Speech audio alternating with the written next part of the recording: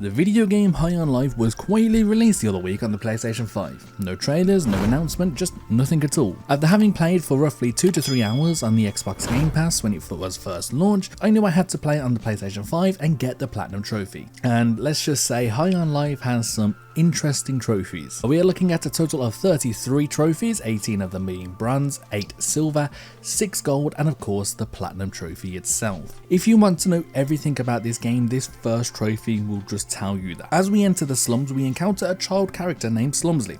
Slumsley is the type of child that you just dislike very much. So much so they try and pick a fight with you, eventually telling you to kill him. So we do as he wishes and shoot him. For killing Slumsley, we receive the trophy, Fallout doesn't let you do this. While making our way through the slums taking out constant enemies that are trying to attack us, we are made aware of the glob shot that can be used to cause enemies to shoot up in the air. While in the air, you can juggle these enemies by shooting them. By juggling an enemy in the air for at least 5 shots, we receive the trophy. We're all very impressed. Trust me. Eventually we make it off to a closed off area. The enemies believe that we are a buyer of the knife. After making our way in and doing a bit of small talk, we pick up the knife and stab both of the enemies in the room. For obtaining knifey though, we receive the trophy, bringing a knife to a gunfight. Of course we can't leave this area before we take down the boss, and the boss of this area is somebody named Ninetorg. After using Knifey's grappling abilities to swing around the room to avoid the acid floor, we finally defeat Ninetorg for the trophy, first bounty down. Now that we have beaten Ninetorg and clear out the slums, it's time to return home and speak with Jean. After having a conversation with Jean, we decided to actually listen to Knifey's advice and stab Jean in the gut. While Jean is pretty angry about this, Knifey is happy, and I am happy as I received a missable trophy called Don't Knife the Hand That Feeds. We now have the choice of 2 bounties, and unfortunately I chose wrong. Turns out there is a missable trophy here, and because I chose to go after Krubis instead of Douglas, I have to do a second playthrough to get the trophy. So as I chose to go after Krubis first, I made my way through the area, cleaning out all the enemies, collecting the chests and working on challenges. Nothing much happens until we get to Krubis and easily defeat him for the trophy Cold-Blooded Driller. Then shortly after this we pick up his gun called Gus and we receive the trophy Satisfied Customer. So between defeating the last bounty, we go straight to our next one. I go straight to where our next bounty named Doug is and defeat him for the trophy G3 Graduation. And of course for defeating Douglas, we are then able to take the gun whose name is Sweezy for the trophy Sweezy Like Sunday Morning. After giving in the DNA to complete the bounty, we go ahead and rest for the first time since the invasion of Earth has taken place. We definitely needed this as we have now finally obtained the jetpack, which has opened up a lot more possibility for us in terms of getting to different places. For obtaining the jetpack, we received the trophy Are You Packing? While making our way to the next boss, which is actually 3 bosses as they are brothers, I go for a miscellaneous trophy which requires us to pop 20 grunt eyeballs. This can be done with Kenny, the easy enemies. If you shoot them in a certain way, their eye pops out of their body. For doing this a total of 20 times, we receive the trophy I Scream, You Scream. While previously we've had to defeat a boss for a new weapon, this time we don't have to. While going through a base, we open up an area to see a gun named Creature being held there. For obtaining Creature, we receive the trophy Creature Feature. Thankfully, with what Creature can do, this now opens up even more areas to us and allows us to finally take on the Skendel brothers. This is where we have to take on 3 different bosses all at once. Eventually though, we get them all defeated and receive the trophy Who's the Boss?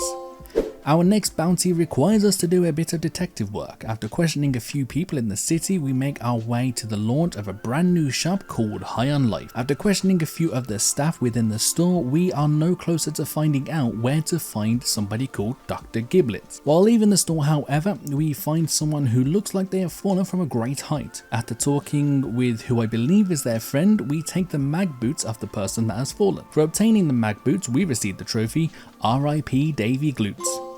Eventually, after being visited by some government officials who give us the information that we need to find Dr. Giblets. So we make our way there, find Dr. Giblets, and he falls, which kills him.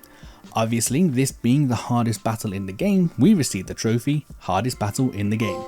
After having completed the hardest battle in the game, we next have to come up against rounds of enemies. Eventually though, after beating them, we are finally able to escape, and as we make our way out, we find a weapon called Let's Do It. Unfortunately, the weapon doesn't seem to be operational at the moment, so we took it with us and requested that Gene does everything that he can to fix him. Kenny seems to be a bit nervous about this, so we leave all of our weapons with Gene while me and Kenny head to Applebee's. There is a missable trophy here, so I had to make sure that I got it. We notice that our sister and her alien boyfriend are outside having an argument. Our sister is wanting to escape with her boyfriend in his space RV. As we make our way out, I made sure to pay our bill, and for this we received the missable trophy, Eating Good in the Neighborhood.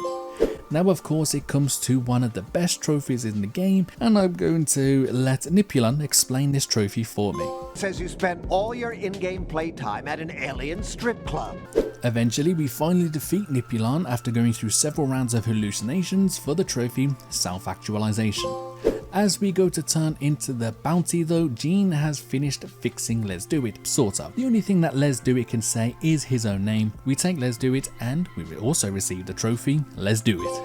We are now at the end of the story. We are soon going to come up against the final boss of the G3 cartel named Garmantuous. But first we say goodbye to a character that popped up every now and then throughout our game called Suto. He came with the suit and helped us with our detective work with Dr. Giblets. As we say goodbye to Suto, we receive the trophy Serious Rap on Suto.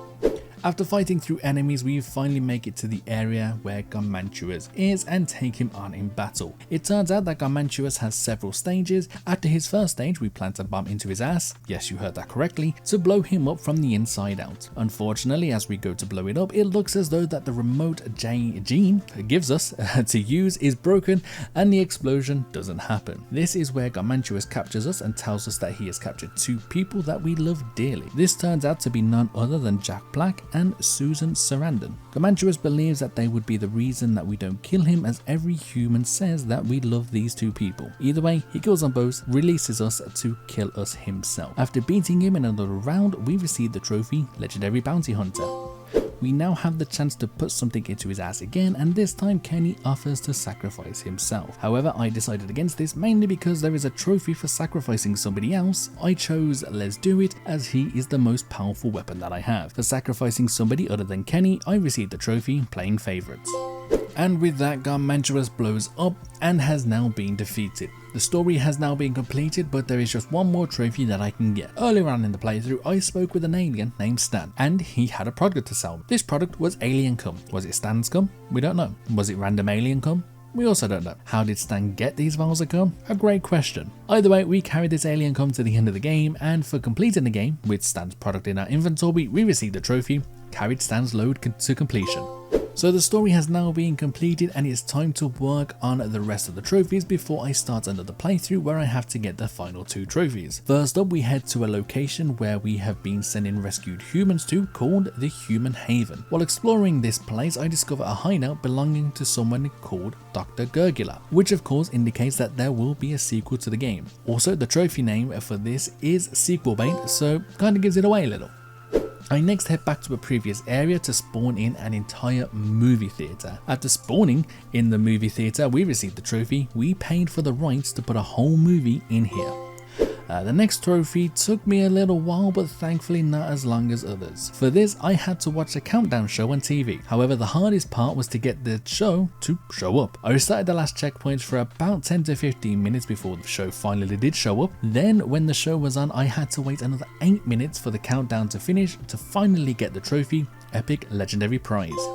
So remember like 30 seconds ago when I had to spawn in that movie theatre? Well, there are another 5 warp bases that I need to warp in and explore. This one is slightly bugged in that it sometimes doesn't always update. So I got very lucky, however, managed to get this done quite easily for the trophy Seeing All the Sights. It was now time to work just part of the long grind that I had to accomplish. The first part of the grind was to find and open every chest in the game. While doing this though, I managed to complete another trophy first. In one of the chests I got a trading card, which was also the last one that I needed to collect for the trophy Playing Card to Get. Eventually, after a couple more hours of going through every single area, I found the remaining chest that I need to get, opened it up, and got the trophy Luglock's Genocide.